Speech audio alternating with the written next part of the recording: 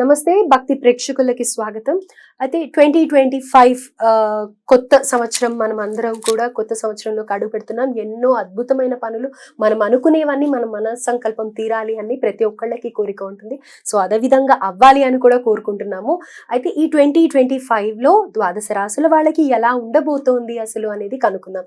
మనది 2025 ఉగాది నుంచి మనం మన రాశులు చెక్ చేసుకుంటూ ఉంటాం.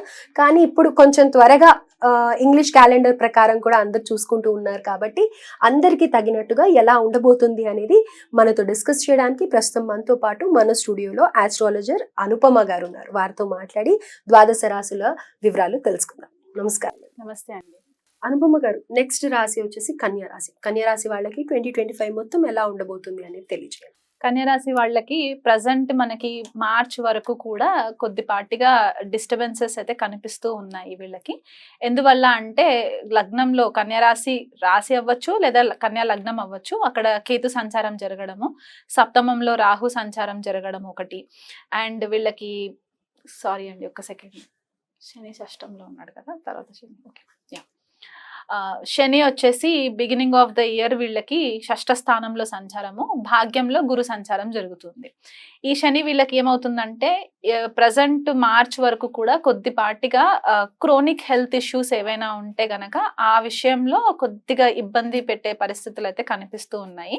అండ్ లగ్నంలో కేతు సంచారం కూడా కాబట్టి కొన్నిసార్లు మైండ్ సెట్ అంతా కూడా ఒక క్లూలెస్గా, డైరెక్షన్లెస్గా, నేను ఏం చేయాలనుకున్నా కూడా ఒక కన్ఫ్యూజన్ జోన్లో ఉండే పరిస్థితులు అయితే మనకి కనిపిస్తున్నాయి అన్నమాట మే వరకు కూడా. అంటే కేతు అంటే తల ఉండదు అని అంటారు కదా, సో వీళ్ళ ఆలోచనలు కూడా అలాగే ఉంటాయి. అంటే వీళ్ళు వేరే వాళ్ళ పైన డిపెండ్ అయిపోవడము, లేకపోతే ఏదైనా ప్రాబ్లం వస్తే చాలా మట్టుకు హైరాణ పడిపోవడము, నేను హ్యాండిల్ చేయగలుగుతానా లేనా అనే ఒక మైండ్ సెట్ లోకి వెళ్ళిపోవడము. అంటే వీళ్ళ పొటెన్షియల్ వీళ్ళకి తెలియదు అనమాట. ఈ కేతు ఎప్పుడైతే వాళ్ళ జన్మరాశి పైన కానీ లగ్నం పైన కానీ సంచారం జరిగేటప్పుడు అవతల రాహు ఉంటుంది కాబట్టి ఎక్కువ వేరే వాళ్ళ పైన డిపెండ్ అయ్యే ఛాన్సెస్ ఎక్కువ కనిపిస్తూ ఉంటుంది. సో ఈ పరిస్థితి వీళ్ళకి చేంజ్ అవుతుంది, ఖచ్చితంగా చేంజ్ అవుతుంది. కాబట్టి ఆ బిగినింగ్ ఆఫ్ ద ఇయర్ వీళ్ళు కొంచెము హెల్త్ పరంగా కొద్దిగా కేర్ఫుల్గా ఉండాలి. సడన్ యాక్సిడెంట్స్ జరిగే ఛాన్సెస్ ఉన్నాయి, ఆ కోణంలో కొంచెం కేర్ఫుల్గా ఉండాలి. కెరియర్ పరంగా కూడా వీళ్ళు ఏదైతే అడిషనల్గా కొత్త స్కిల్స్ నేర్చుకోవాలనుకుంటున్నారో గురుబలం సపోర్టివ్గా ఉంటుంది కాబట్టి భాగ్యంలో ఈ న్యూ స్కిల్స్ నేర్చుకోవడానికి, ఏదైనా సర్టిఫికేషన్స్ చేయడానికి, ఉద్యోగంలో ఏదైనా చేంజెస్ చేసుకోవడానికి వీళ్ళకి మంచి ఫేవరబుల్ టైం ఉంటుంది. మే 14th వరకు కూడా గురు సపోర్ట్ చేస్తూ ఉంటారు. ఒకవేళ ఇప్పుడు ప్రయత్నాలు చేసి దాని రిజల్ట్ ఇమ్మీడియట్ గా రాకపోయినా గురు 14వ తారీఖు మేలో చేంజ్ అవుతారు కాబట్టి అప్పుడు ఈ ప్రమోషన్స్ అన్ని కూడా డిలే అయిన ప్రమోషన్స్ అక్కడ వచ్చే ఛాన్సెస్ కూడా కనిపిస్తూ ఉన్నాయి. అయితే ఈ శని షష్ఠ స్థానంలో నుంచి సప్తమ స్థానంలోకి సంచారం జరుగుతుంది మే 29వ తారీఖున. సో ఈ మే 29 నుంచి మే 18వ తారీఖు వరకు శని రాహుల యుతి సప్తమ స్థానంలో జరుగుతుంది, ఆపోజిట్ లో కేతు ఉంటారు. సో కన్యా రాశి వాళ్ళు మ్యారేజ్ అయిన వాళ్ళు ఉంటే గనక భార్యాభర్తలతోటి కొద్దిగా కేర్ఫుల్గా ఉండండి ఈ టైంలో. ఎందుకంటే అక్కడ రెండు పాపగ్రహాలు సప్తమ స్థానంలో ఉండడము కొద్దిపాటిగా డిస్టర్బెన్సెస్ క్రియేట్ చేస్తాయి. మాట పెరగడము, ఒక ట్రాన్స్పరెన్సీ కాన్వర్సేషన్స్ ఉండకపోవడము, దానివల్ల అనవసరమైన చికాకులు రావడము, ఇలాంటివి కొద్దిగా మనకి కనిపిస్తున్నాయి. కాబట్టి లేదా సడన్ గా కన్యారాశి వాళ్ళకి ఒకవేళ ఎవరైనా గుప్త శత్రువులు ఉంటే గనక, అంటే మనకి పైకి కనపడరు, మనతో నవ్వుతూనే కనిపిస్తూ ఉంటారు, ఇలాంటి వాళ్ళతో కూడా వీళ్ళకి కొద్దిపాటిగా ప్రాబ్లమ్స్ వచ్చే ఛాన్సెస్ కనిపిస్తున్నాయి. వీళ్ళపైన ఫాల్స్ అలిగేషన్స్ వేయడము, వీళ్ళ రెప్యుటేషన్ లేకపోతే పబ్లిక్ ఇమేజ్ ని పాడు చేయాలని చెప్పి ప్లానింగ్ చేయడము, ప్లాట్ చేయడము, ఇట్లాంటివి కనిపిస్తూ ఉన్నాయి అన్నమాట. ఎప్పుడైతే రాహు షష్ఠ స్థానంలోకి సంచారం జరుగుతుందో మే 18వ తారీఖున అప్పుడు ఏమవుతుందంటే వీళ్ళకి శత్రువుల పైన విజయం సాధించడం, వీళ్ళు స్ట్రాటజీస్ వేస్తారనమాట. అంటే సప్తమంలో ఉన్నంత వరకు వీళ్ళు ఏం చేయలేని పరిస్థితుల్లో కన్ఫ్యూజన్ లోనే ఉంటారు. ఎప్పుడైతే రాహు షష్టంలోకి వచ్చిన తర్వాత అప్పుడు ఒక స్ట్రాటజీ వేసి ఆ శత్రువులను ఎట్లా హ్యాండిల్ చేయాలి అనే ఒక నాలెడ్జ్ అయితే వీళ్ళకి వస్తుంది. అనుగ్రహము, దుర్గాదేవి అనుగ్రహం కొద్దిగా వీళ్ళకి పాజిటివ్ అయ్యే ఛాన్సెస్ కనిపిస్తూ ఉంటుంది అనమాట రాహు మారిన తర్వాత. ఎందుకంటే స్వక్షేత్రంలోకి ఎంటర్ అవుతారు కాబట్టి శత్రువుల పైన వీళ్ళది పై చేయి ఉంటుంది. సో ఆ రకంగా కూడా హెల్ప్ అవుతుంది. అప్పుడు కేతు ద్వాదశంలోకి వెళ్తుంది, అంటే వ్యయస్థానంలోకి వెళ్తుంది కాబట్టి తీర్థయాత్రలు చేయడము, దానికోసం డబ్బులు ఖర్చు పెట్టడము, టెంపుల్స్ ఎక్కువ తిరగడము, ఆధ్యాత్మికంగా నేర్చుకోవడము, ఏదన్నా ఒక మంచి స్పిరిచువల్ కంటెంట్ నేర్చుకోవడము, దానికి సంబంధించి కూడా కొద్దిగా గ్రో అయ్యే ఛాన్సెస్ కనిపిస్తూ ఉన్నాయి. గురుడు దశమ స్థానంలోకి వచ్చినప్పుడు కెరియర్ పరంగా ఎక్స్పాన్షన్ జరుగుతుంది. సో ఇది వరకు నాకు కెరియర్ లో గ్రోత్ లేదు అనుకునే వాళ్ళకి సడన్ గా గ్రోత్ రావడము, ఎక్కువ రెస్పాన్సిబిలిటీస్ వీళ్ళ పైన పెట్టడము, దాంతో పబ్లిక్ లో వీళ్ళకి అంటే ఆ పర్టికులర్ టీమ్ లో కానివ్వండి, వాళ్ళ ఆఫీస్ లో కానివ్వండి, వీళ్ళకంటూ ఒక రికగ్నిషన్ రావడము, ఎక్కువ రెస్పాన్సిబిలిటీస్ తీసేసుకొని లైమ్ లైట్ లోకి రావడము, ఇలాంటివి కూడా జరిగే ఛాన్సెస్ కన్య రాశి వాళ్ళకి కనిపిస్తుంది.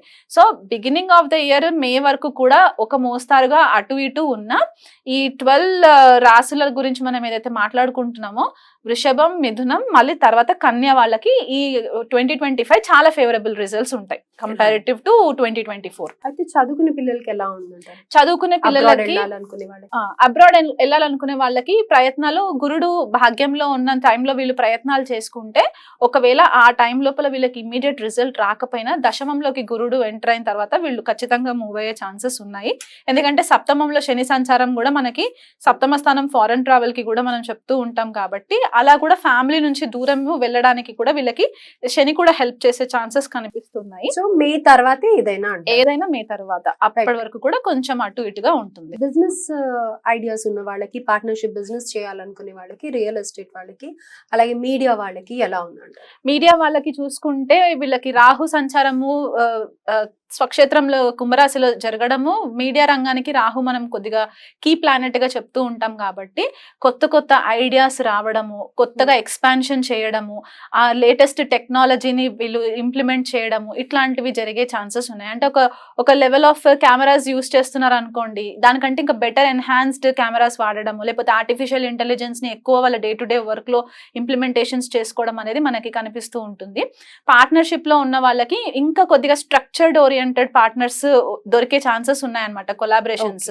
ఎందుకంటే శని సప్తమంలో ఉంటాడు కాబట్టి ఆ స్ట్రక్చర్డ్, ఆ ప్రాక్టికాలిటీని తీసుకొచ్చే పార్ట్నర్స్ వీళ్ళకి తారసపడము ఆ రకంగా జరుగుతుంది. కాకపోతే ఎప్పుడైనా సరే పార్ట్నర్స్ విషయంలోకి వచ్చేసరికి కొద్దిగా కేర్ఫుల్ గా ఉండి ఒక 10 steps వాళ్ళ పార్ట్నర్స్ కంటే ముందుగా చేసుకుంటే గనక లాసెస్ లోకి వెళ్లకుండా ఉండే సిచ్యువేషన్స్ అయితే కనిపిస్తున్నాయి. రియల్ ఎస్టేట్ వాళ్ళకి కుజుడు మారేంత వరకు జూన్ వరకు కూడా కొద్దిపాటిగా ఇబ్బందులు, డల్ బిజినెస్ అయితే కనిపిస్తూ ఉంటుంది మనకి. వాళ్ళు అనుకున్నంత ప్రాఫిట్స్ వచ్చే దాఖలాలు అయితే కనిపించట్లేదు.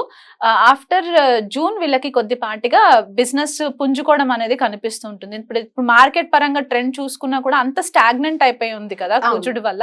సో మెల్లిమెల్లిగా ఎప్పుడైతే గురుడు మారిన తర్వాత, రాహు మారిన తర్వాత, కుజుడు డైరెక్ట్ అయిపోయి మళ్ళీ సింహరాశిలోకి ఎంటర్ అయిన తర్వాత ఫేవరబుల్ రిజల్ట్స్ వచ్చే ఛాన్సెస్ ఉన్నాయి. అయితే వీళ్ళు చేసుకోవాల్సిన రెమెడీస్ ఏంటంటే? వీళ్ళు చేసుకోవాల్సిన రెమెడీస్, శని సప్తమ స్థానంలో ఉన్నారు కాబట్టి కాళీదేవి ఉపాసన చేయాలనుకునే వాళ్ళు సూపర్విజన్, ఒక మాస్టర్ సూపర్విజన్ తోటి కాళీదేవి ఉపాసన చేసుకోవచ్చు, లేకపోతే కాలభైరవ అష్టకం చదువుకోవడం రెగ్యులర్ గా చేసుకోవడము. ఎందుకంటే శని ఇంకా ఆల్మోస్ట్ నెక్స్ట్ 2.5 years తర్వాత అష్టమ శనిలోకి వెళ్తారు కాబట్టి ఇప్పటి నుంచే సాటర్డేస్ గనక వీళ్ళు ప్రతి శనివారము 19 ప్రదక్షిణాలు, సింహరాశికి చెప్పుకున్నట్టే వీళ్ళు కూడా 19 ప్రదక్షిణాలు శనికి చేసుకోవడం వల్ల కూడా వీళ్ళకి కొద్దిపాటిగా రిలీఫ్ ఉంటుంది.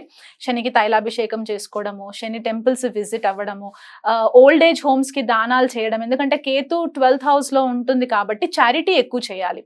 సో చారిటీ ఎక్కువ చేసినప్పుడు ఏంటంటే ఓల్డ్ ఏజ్ హోమ్స్ కి, లేకపోతే ఆర్ఫనేజెస్ ఉంటారు కదా, వాళ్ళకి ఎక్కువ చారిటీ చేయడం వల్ల కూడా వీళ్ళకి మంచి రిజల్ట్స్ ఉంటాయి. అయితే అష్టమ శని అంటే మామూలుగా ఏళ్ళనాటి శని కంటే ప్రభావం ఎక్కువగా ఉంటుందని అంటారు కదా. సో ఇంకా 2.5 years లో వీళ్ళకి అష్టమ శని రాబోతుంది కాబట్టి వచ్చినప్పుడే కాదు, మనం ఇప్పుడు ఏం చేస్తామో తర్వాత అది రిఫ్లెక్షన్ ఉంటుంది కాబట్టి ఇప్పటి నుంచే స్టార్ట్ చేయాలి అని ముందుగానే చెప్తారు. ఖచ్చితంగా, ఎందుకంటే ఎథికల్ గా ఉండాలి. శని ఎప్పుడైనా సరే మనల్ని ఏం చేస్తూ ఉంటారంటే, మనం ఎంత ధార్మికంగా ఉన్నామో, మనం ఎంత న్యాయపరంగా మనం మన పనిని చేస్తున్నాము, అది చిన్న పనా పెద్ద పనా అని కాకుండా మనం ఎథికల్ గా ఉన్నామా లేదా. ఇప్పుడు చేసేదంతా కూడా ఒక చీటా రాసుకుంటారు అనమాట. నెక్స్ట్ 2.5 సంవత్సరాలు అష్టమ శని వచ్చినప్పుడు అప్పుడు ఆ చీటా ఓపెన్ అవుతుంది. నువ్వు గతంలో ఇది చేసావు, దానికి రిఫ్లెక్షన్ నీకు ఇక్కడ మనం చెడు అనేది అనుభవిస్తాం. Otherwise everything will be fine. అంతే ఖచ్చితంగా. Thank you so much.